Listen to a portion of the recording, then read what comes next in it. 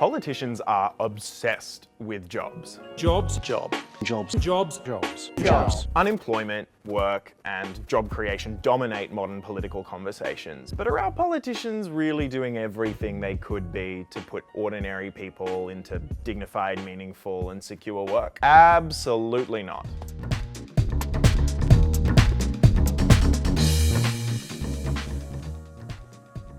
I want to talk to you today about a policy that I think is going to become one of the biggest ideas of the next decade. It's called a federal jobs guarantee. It's a huge idea, and full disclosure, some people hate it, but if we're serious about tackling inequality, unemployment, and ending the humiliation of people who are locked out of work, I think that a job guarantee really could be a huge part of the solution. And we need solutions right now. 800,000 of us are totally locked out of work. And 1 million of us are looking for more work than we're getting. Never mind the kinds of unemployment that we just don't measure. If people have given up on looking, we just don't keep records for them. So with almost 2 million people looking for work in Australia, how many job vacancies do you think the private sector advertised last year? Just 200,000. In Australia, we have this cute language around job seekers who are trying to find work, like it's a fun game of labour market hide and seek. But with 8 people competing for every job vacancy in Australia, where the hell is all the work that is apparently just waiting to be found? It's a crisis. And the solutions that we're getting from the major parties are 1.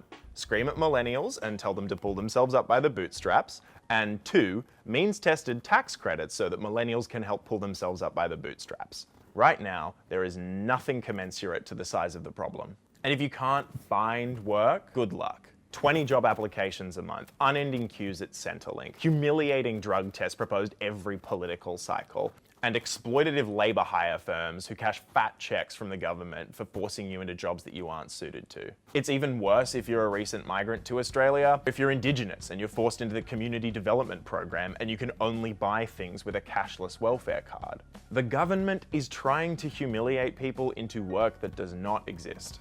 Unemployment in Australia is due to a lack of jobs, not a lack of determination. And that's worth saying again. Unemployment in Australia is a market failure, not a personal failure. Because paradoxically, there's so much work to be done. How are we going to meet the growing demand for aged care and childcare? How are we going to make sure that there's proper maintenance of our communities and our local environment? How do we maintain and preserve a rich cultural life? And how the hell are we going to mobilize people on the scale necessary to tackle climate change? Well, enter a federal job guarantee, a program that connects the hundreds of thousands of people who want to work with all the work that we know needs to be done. It is what it says on the tin, a federally funded job for anyone who wants it. So how does it work? Let's say Sarah wants a job. Maybe she's a university graduate who hasn't been able to find work in the private sector yet. Maybe she's an Uber driver who's finding the hours too stressful and the pay a bit meager. Or maybe she's an older worker who's just been retrenched and she's battling the age prejudice of prospective employers. It doesn't matter who Sarah is. Sarah can go to her local job centre. There, she'll sit down with a jobs counsellor who can go through her skills, her interests, her future career ambitions. The counsellor will then take Sarah through a database of jobs that have been put together by community groups, local governments and local organisations that understand the needs of her local area. Turns out, Sarah has a green thumb, so she can choose between revitalising local community gardens, a free landscaping service for the elderly, and joining a nationwide effort to replant trees in order to reduce emissions and combat climate change. All of these opportunities are paid at the minimum wage. All of them have sick leave and annual leave, and all of them have flexible hours to meet her needs. So the program is funded by the big dogs in Canberra, but it's administered locally, and that's vital because folks in Canberra have no idea what kind of work needs to be done in Burnie in northwest Tasmania. This results in a really important intimacy and flexibility. It allows these work centres to cater to individual needs. Whether you're just out of prison or maybe have a disability, whatever your circumstances, this closeness to community ensures meaningful work opportunities that can meet the skills, the needs, and the education of the applicant. This isn't about punishing people with menial work so that they qualify for a support payment. The government can, and I think should, be proud to provide people with good work, because good work offers us a sense of place and permanence and purpose in our communities, and that is sick. There are some really neat indirect flow-on effects from a program like this too. First, it's a huge flex for the public sector. Forget privatization and outsourcing and subcontractors. A job guarantee means that corporations and businesses have to lift their fucking game. Do you know what the minimum wage is in a society without a job guarantee? It's zero. Because if I get fired for torrenting The Good Place on the office Wi-Fi, and then I go out looking for more work, my prospective employers aren't just competing with other prospective employers. They're competing with my current boss, who is involuntary unemployment and pays $0 an hour. That's the dynamic that starts to make shitty jobs that make my boss rich and that I don't really want to take start to look appealing. But who'd take a shitty private sector job if there's a meaningful local public option available? Plus, that public option is a kind of safety net that provides workers everywhere the knowledge that they can confidently negotiate with their employers for better conditions and better pay. By building a right to be included in the labor market, we set a floor under the pay and conditions for workers around the country. There's also a really important cultural shift that follows a program like a job guarantee. See, the current definition of what's profitable and valuable work was really set by rich old white dudes. Women and people of color still do a tremendous amount of unpaid and unseen work. And despite the obvious value of initiatives like the Indigenous Rangers program, because land care isn't traditionally profitable and due to inconsistent federal government funding, the government's really robbing First Nations folks of autonomy and forcing them off country. The weight of economic injustice is disproportionately shouldered by marginalized folks. A job guarantee is a chance to say, no, care, culture, conservation, and charity work, we value these things. And the people who are doing this work deserve to be recognized for it. I love this policy because it means everyone can be connected with meaningful work in their community. But that is not too good to be true. So, just what would it take for a job guarantee to become a permanent fixture of our social security infrastructure? In our current economy, we're looking at a net cost of about $25 billion a year.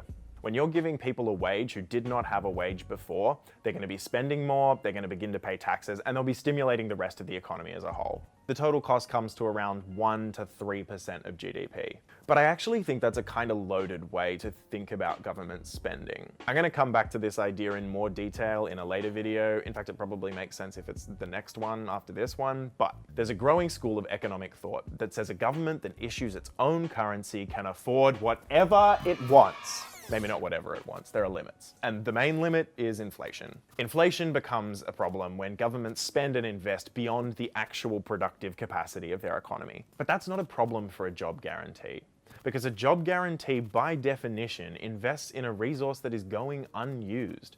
People looking for work. Government spending should be informed less by a fear of budget deficits which, we've run for 75 of the last 100 years, and which don't tangibly exist anywhere except in one cell in one spreadsheet in Canberra somewhere, and more by the social outcomes that we want to see in this country. In this case, that's full employment.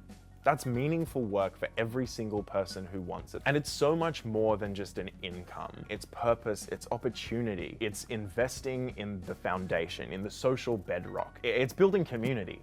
And that is invaluable. Before Thatcher and Reagan privatized literally even thinking about economics in the 1980s, there was a huge amount of support for big public projects like this. In 1945, then Prime Minister John Curtin commissioned a white paper investigating the success of government intervention in meeting the excess demand for production that occurred during World War II, outlining how we can apply the same principle in peacetime to cut the waste of unemployment. Since then, the project has been picked up around the country by academics like Bill Mitchell, who for 4 decades has been working on a plan for what a job guarantee could look like in Australia. It was at the heart of FDR's plan to rebuild America after the Great Depression in the 1930s, and in 1968, Martin Luther King wrote an essay calling for an economic Bill of Rights, which included, amongst other things, a proposal for a federal job guarantee, explicitly identifying the way in which unemployment asymmetrically impacts marginalized communities. Now, it's at the heart of a Green New Deal being proposed by a bold new generation of US politicians like Senator Bernie Sanders and Congresswoman Alexandria Ocasio-Cortez. Their proposal says that this kind of government intervention in the labor market is one of the best ways that we can come together and meet the challenge of climate change. And closer to home, at the end of last year, Stephanie Kelton, Bernie's senior economic advisor for his 2016 presidential run,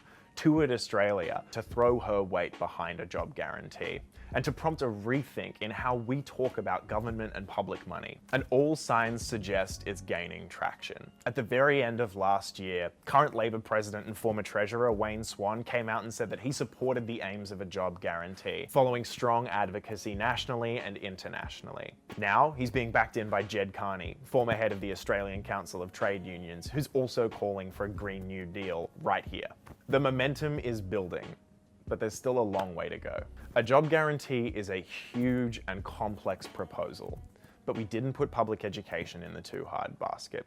We didn't put universal healthcare in the too hard basket. Governments are capable of running incredibly sophisticated and incredibly important social programs. They just need the moral clarity and political courage to do it. So that's it, a sledgehammer to inequality, a project that would let us redefine work for the better. Good work for everyone who wants it. A federal job guarantee.